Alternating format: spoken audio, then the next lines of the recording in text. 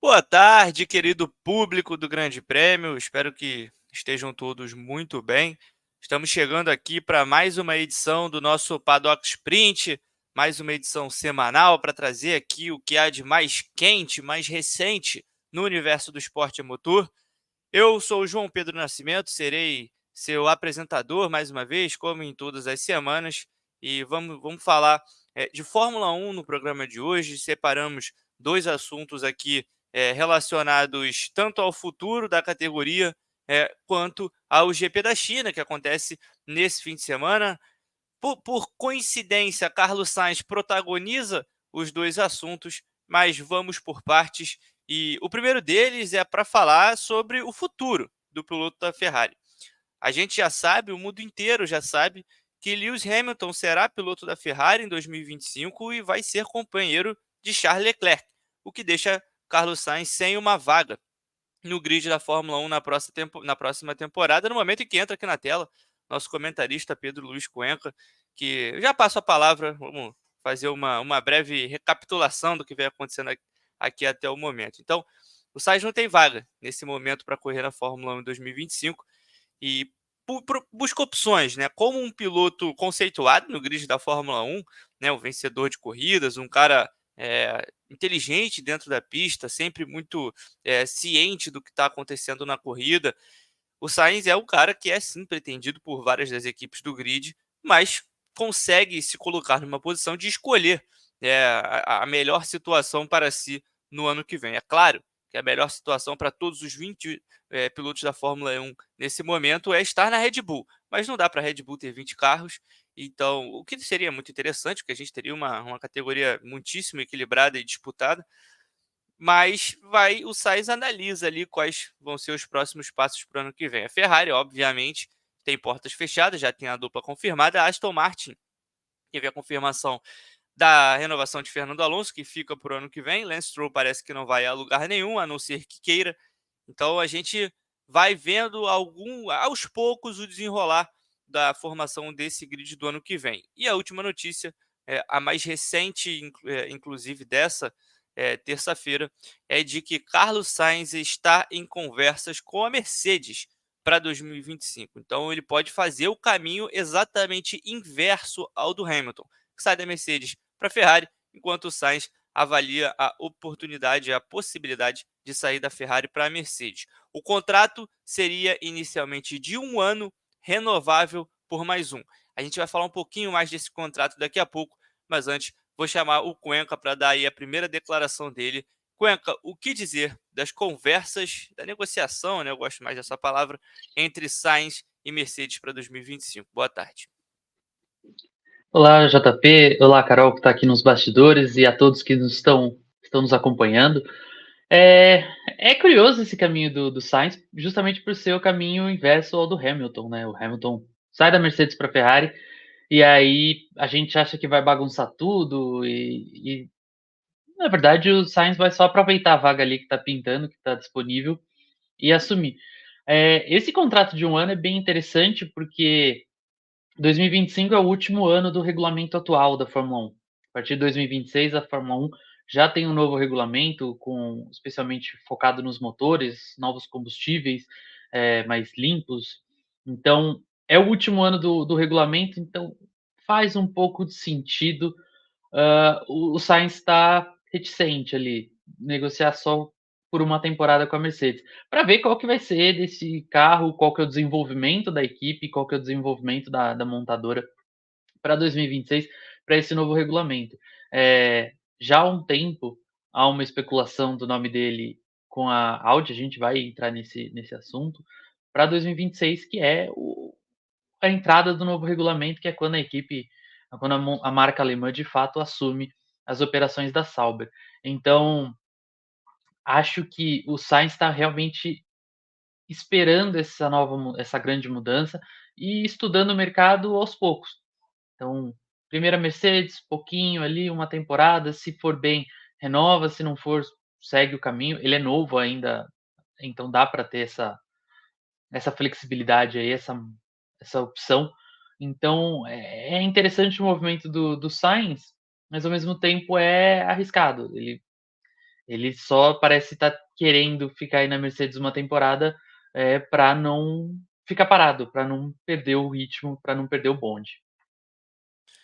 E entrando um pouco mais dessa seara aí, dessa questão do contrato, que foi uma coisa que me chamou a atenção, também pelo que você disse, a possibilidade do Sainz analisar caminhos, olhar para os lados, analisar não só a própria Mercedes, na qual ele estaria, mas quem sabe a Audi para 2026, como você disse, quem sabe a Red Bull para 2026, porque o Sérgio Pérez pode renovar, mas eu não vejo o Pérez renovando por múltiplos anos. Acho que o contrato do Pérez seria também um possível novo contrato do Pérez também seria na base de um ano renovável, uma coisa do tipo, porque não é um piloto que tem realmente, enfim, se destacado a nível de desempenho para ocupar uma vaga na equipe a longo prazo. É claro que o Verstappen é um piloto que, se a Red Bull puder, ela vai manter pelo máximo de tempo possível, mas a gente já viu alguns ruídos nessa temporada, ruídos esses que foram muito amansados, né, de algumas semanas para cá, porque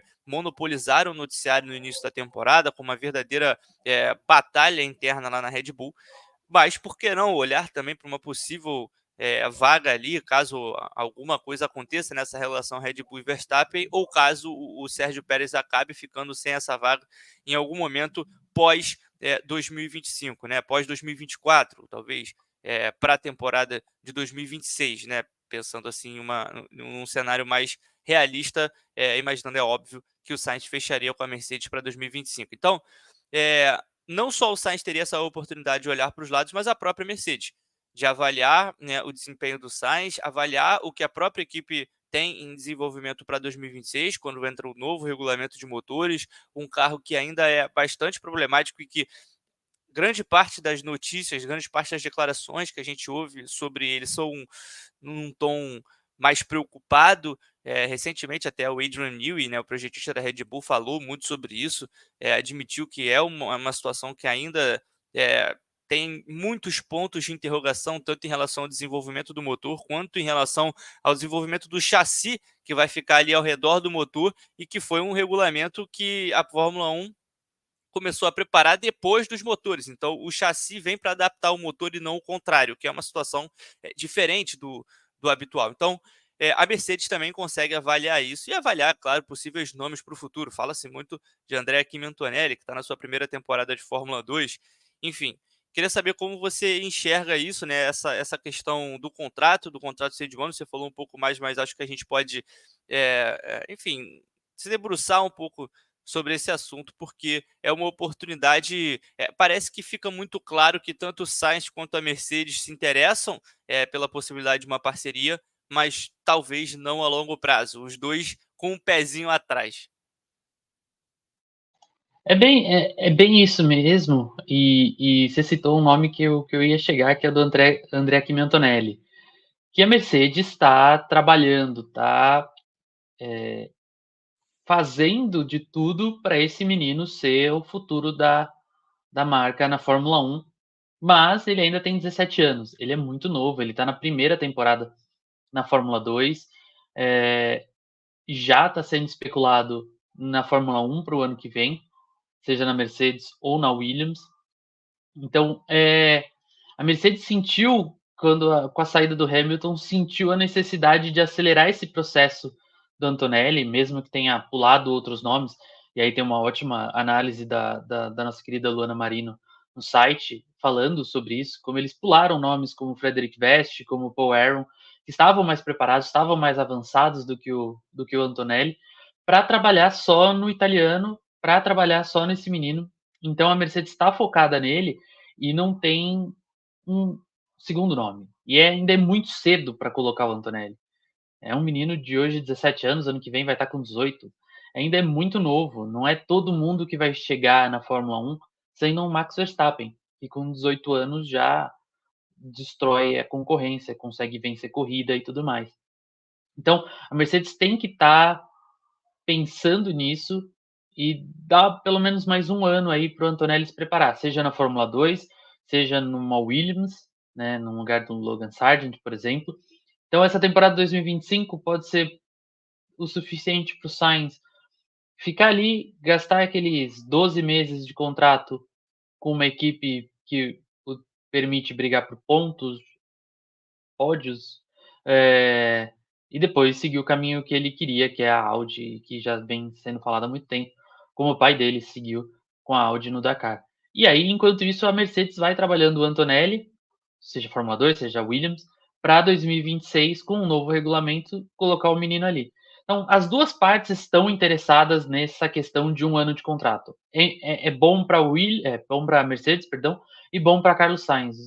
Os dois ficam numa situação favorável com esse contrato de um ano e opção de renovação. Aí, se tudo der certo, se for uma ótima temporada, eles podem renovar, mas inicialmente é realmente um tapa-buraco e os dois estão cientes disso, na minha opinião. E trazendo o Antonelli, inclusive, que nesse momento é nono colocado, né, na Fórmula 2. O início do Antonelli na Fórmula 2 não foi exatamente como a Mercedes e até como grande parte do público esperava, né? O Antonelli varre as categorias de base completamente, é campeão nas suas primeiras participações em todos os anos, dá esse pulo da freca, né, na Fórmula Regional para a Fórmula 2 e parece que dessa vez o título não vem. Claro que ainda tem muito campeonato pela frente, mas o melhor resultado do Antonelli até aqui é o quarto lugar em uma temporada protagonizada por alguns erros. Então é um piloto que vem em evolução, dá para perceber que está em evolução desde a primeira corrida. A Prema já não se encontra no mesmo nível de temporadas anteriores, isso é alguma coisa que também vale a gente ressaltar. A Prema andou no fundo do pelotão na primeira etapa da temporada, é uma coisa nova, né, para a Fórmula 2 com esses novos carros de 2024, e o Antonelli não faz exatamente o início de temporada que se esperava dele. Mas, como disse o Cuenca, é um piloto muito jovem, a Mercedes está focada no trabalho com ele, é um piloto que deu motivos para isso com o trabalho dele nas categorias de base até o momento, e é um cara que tem crédito, pelo menos nesse sentido de evolução. Então, eu também vejo da mesma forma, acho que é mais um ano de preparação na Fórmula 2, e a Mercedes certamente vai analisar os próximos passos para 2025, porque tem essa possibilidade, né, de trazer o piloto para o grid, não só para a equipe própria, mas talvez, por exemplo, para uma Williams, né, que é a sua cliente de motores, e tem o Logan Sargent, que acho a possibilidade do Logan Sargent continuar na Fórmula 1 pós 2024 é a mesma do, sei lá, do Verstappen deixar a Red Bull para pilotar pela Sauber. É uma coisa que não vejo. Então, é uma possibilidade para os dois lados. Então, é um caminho aí que vai se desenhando, porque parece bom para os dois, né? Conseguir fechar um contrato e olhar para o lado ao mesmo tempo. E queria saber de você, Cuenca. Acha que Carlos Sainz é um nome, é o melhor nome para substituir o Hamilton na Mercedes agora que o Alonso renovou com a Aston Martin? O Alonso confirmou a permanência, disse que quer ficar a longo prazo, inclusive, vê a Aston Martin pensando como equipe grande. Você vê o Sainz como a melhor opção nesse momento para formar essa dupla com George Russell? Sim, é, o Sainz tem uma qualidade na Fórmula 1 que é ele se adaptar a diferentes carros, diferentes equipes. A gente já tem, ao longo dos anos, a gente viu ele se adaptar a Toro Rosso, a Renault, depois ele foi para a McLaren, andou bem, depois ele foi para a Ferrari, andou bem, mesmo quando o carro da Ferrari não era bom. A gente tem ali uma temporada de 2022 que talvez o Leclerc tenha sido mais consistente do que ele, mas no geral ali na Ferrari o Sainz tem sido um piloto melhor do que o Leclerc, em 2024 ele tem mostrado isso. Na McLaren ele já tinha andado muitíssimo bem, então eu acho que ele é um piloto que se adapta bem, ele tem uma boa inteligência ali durante a corrida, de pensar em estratégia enquanto a corrida está se desenrolando, ele trata bem pneus, pode ser uma boa adição para a Mercedes, que vive uma fase complicada, porque eles ainda têm um Russell tímido, digamos assim, ali dentro, e um Hamilton que já está de aviso prévio, que já está doidinho para sair. E então a Mercedes precisa de alguém que dê uma chacoalhada ali, que dê uma mexida nessa situação toda. E eu acho que o Carlos Sainz é um nome ideal para essa Mercedes, para o fato da Mercedes seguir evoluindo o carro e buscando pódios, buscar o retorno ao topo do pódio, eu acho que o Sainz, dos que estão disponíveis, é o mais capacitado. Bom, concordo, e acho que a gente já pode até E passando para o nosso próximo tópico, é claro que essa questão envolvendo Mercedes e Sainz ainda vai trazer muitos desdobramentos aí ao longo da temporada, não é algo para agora.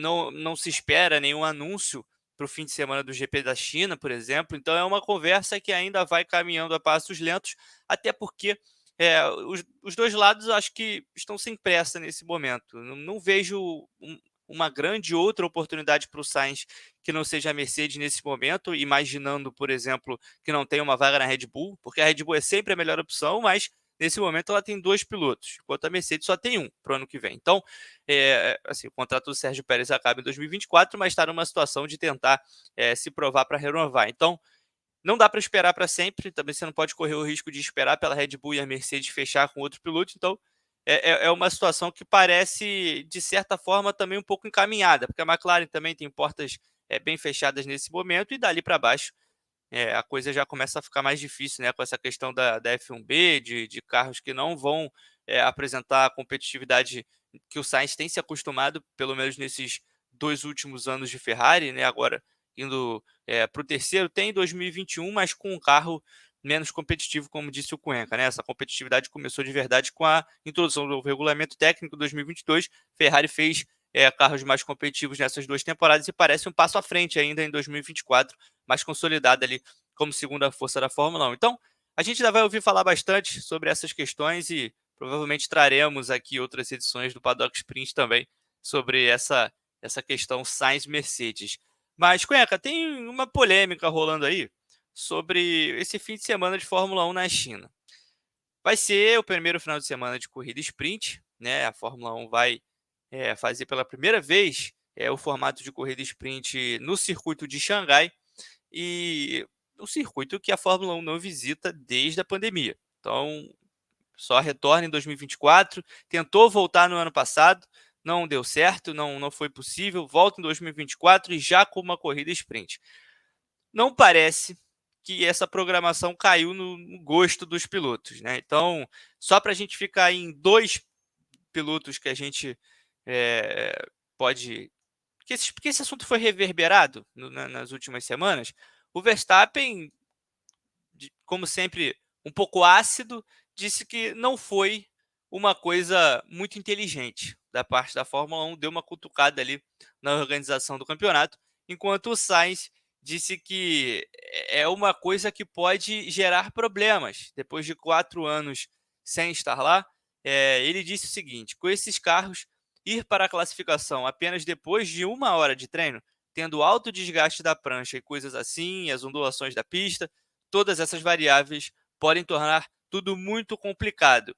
E também ouvimos dizer que estão recapeando o asfalto. Então podemos ver algo como aconteceu em Istambul em 2020. Espero que não aconteça, mas existem algumas incertezas. Para quem está em casa pode ser emocionante, mas para engenheiros e pilotos é algo que, na minha opinião, não deveríamos correr o risco. Então, a sprint da China não caiu muito no gosto, né, desses competidores, pelo menos até o momento. As primeiras falas sobre isso, até de certa forma, trazem uma pequena surpresa, porque nada disso tinha sido falado até o momento, mas Verstappen e Sainz dão o tom aí de que não tem sido tão agradável assim pensar em voltar depois de 4 anos para uma pista e já partir para uma corrida, ainda que seja mais curta, depois de só 1 hora de treinos. Que você acha disso, Cuenca, e o que esperar para essa sprint do GP da China? Teremos caos?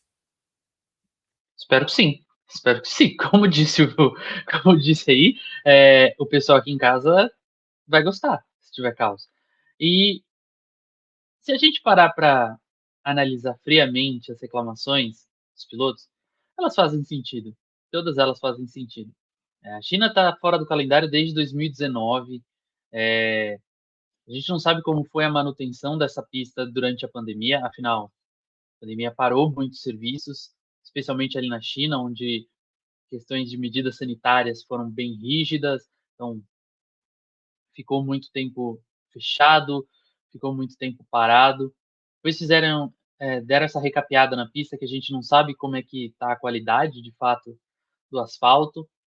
Tradicionalmente o asfalto ali da China é bem ondulado, é cheio de subidas e descidas, tem questões muito complicadas para o freio, tem aquela longa reta com uma freada dura, então, como a gente não sabe como é que vai estar com esse asfalto novo, se vai estar um sabão, se vai estar prendendo muito o carro, são questões válidas dos pilotos. E aí eles vão ter 1 hora de treino, depois já é a classificação da sprint, aí no sábado já é a corrida sprint de manhã e à tarde já é a classificação para a corrida de fato. Então é realmente complicado. Eles vão ter muito pouco para experimentar da pista antes da ação. E é uma situação muito parecida com a que vive a MotoGP todo fim de semana, que é um treininho e depois já é competição, já é para valer, já é valendo vaga. Então a Fórmula 1 vai ter esse sabor. Espero que tenha o mesmo caos que a MotoGP costuma ter, porque é divertido. E ainda tem um fator extra que eu estava olhando aqui, que é o de pilotos que não correram lá na China, né? A gente lembra que desde 2019 não tem corrida lá. Então vale lembrar que o Guan Yu Zhou não correu lá, apesar de ser piloto da casa, pela Fórmula 1 ele não correu lá. Piastri não correu lá. Tsunoda, Sargent, o, o Russell fez uma corrida só com a Williams, que sinceramente nem sei se conta muito. E o Albon também só fez uma corrida. Então, é uma coisa que a gente espera também para esses pilotos. São pilotos importantes do grid, alguns, como Piastri e Russell, e que a gente fica muito de olho no rendimento. A gente vai ter que entender como é que é esse rendimento dos carros e dos pilotos mesmo, de se adaptar de novo à pista. Não é uma pista fácil, possui algumas freadas muito duras, como essa do fim da reta oposta, algumas curvas bem traiçoeiras, como a primeira do circuito, que é praticamente 180 graus ali. Então, vai ser bem divertido acompanhar esse GP da China, eu espero. E as últimas edições não foram das. A última edição, o GP 1000, pelo amor de Deus, foi horrível. Já fico na expectativa para ver Logan Sargent na pista depois de 1 hora de atividade em uma pista que ele nunca correu. Fortes Coitado, a Williams tá emoções. pensando. A Williams deve estar pensando a mesma coisa. Tipo, ai, só tem mais um chassi, não faz isso. Se a Williams bater mais uma vez, ela vai ter que correr com um carrinho de kart, de rolimã, né? Porque tá realmente inacreditável o ponto, o imã de acidente que a Williams se tornou em 2024. Foi só a Williams falar para o universo: olha, eu não tenho um carro reserva, que todo mundo resolveu bater na Williams, os muros resolveram atrair os carros e o Logan Sargent resolveu não saber aonde estava na pista de Suzuka, que para mim é uma das explicações mais inacreditáveis que eu já ouvi em toda a minha vida sobre um acidente na Fórmula 1. E foi dito pelo James Vowles, foi dito pelo chefe da Mercedes, então, da Williams, perdão. Então é realmente uma situação muito diferente do habitual. Cuenca, queria te perguntar, último fim de semana a gente teve Fórmula E em Misano. 2 corridas de pelotão, muita gestão de energia, muito contato, muitas disputas, trocas, uma quantidade absurdas, centenária de troca de liderança. Então, queria saber o que você achou dessa rodada dupla da Fórmula E. Oliver Rowland venceu a corrida 1 depois de uma desclassificação inacreditável do Antônio Félix da Costa. Tem uma análise minha sobre isso lá no Grande Prêmio, inclusive, para o pessoal que está acompanhando entender melhor sobre por que a Fórmula E desclassificou o da Costa por uma mudança de uma mola do amortecedor do acelerador. Sim, essa peça existe. E na corrida do dia seguinte, Pascal Wehrlein voltou a colocar a Porsche no primeiro lugar, venceu, se tornou o primeiro a vencer 2 corridas na temporada depois de 7 etapas. Então a Fórmula E agora tem 6 vencedores diferentes de 6 equipes diferentes em 7 corridas.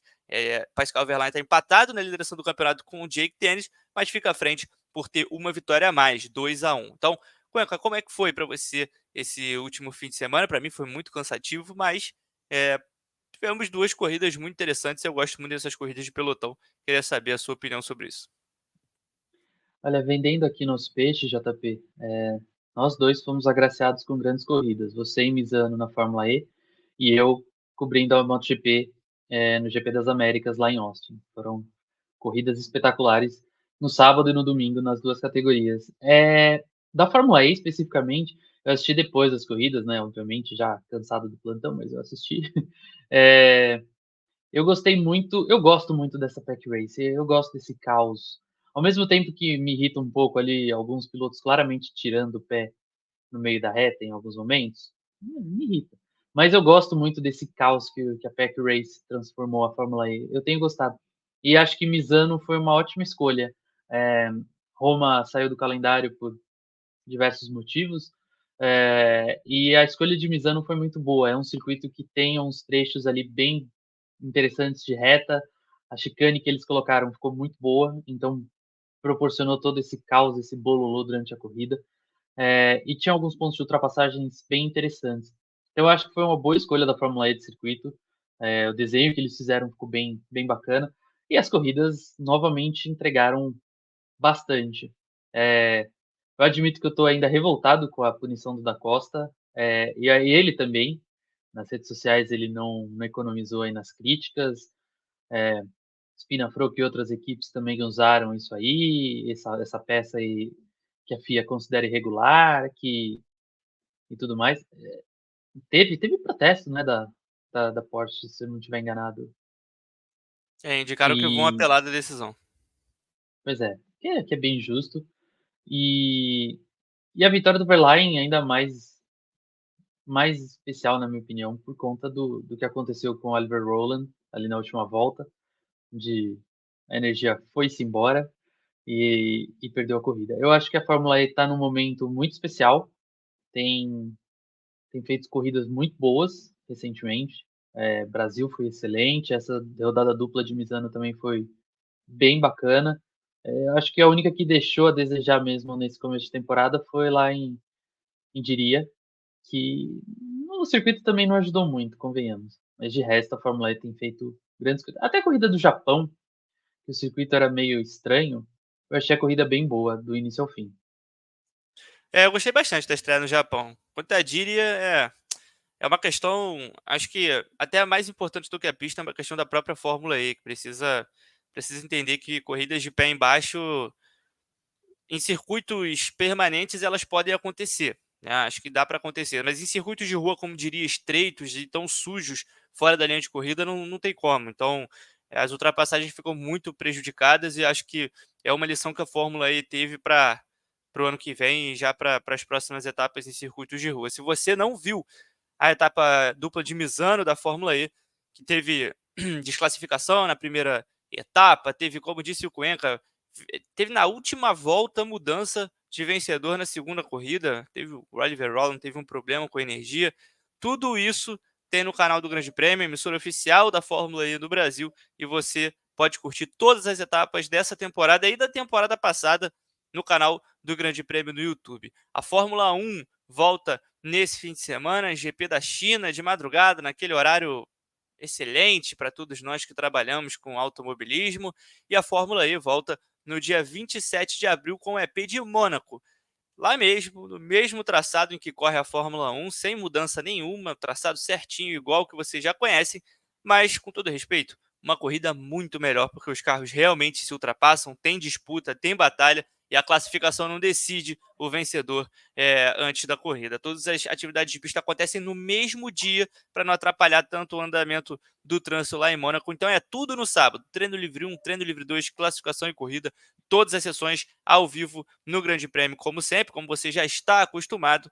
E a gente volta com o Paddock Sprint na semana que vem. Vou agradecer ao Cuenca, agradecer a Carol, que está aqui, né, na produção, nos bastidores com a gente, e a você que nos acompanhou em mais uma edição semanal. Terça-feira que vem a gente está de volta. Um grande abraço.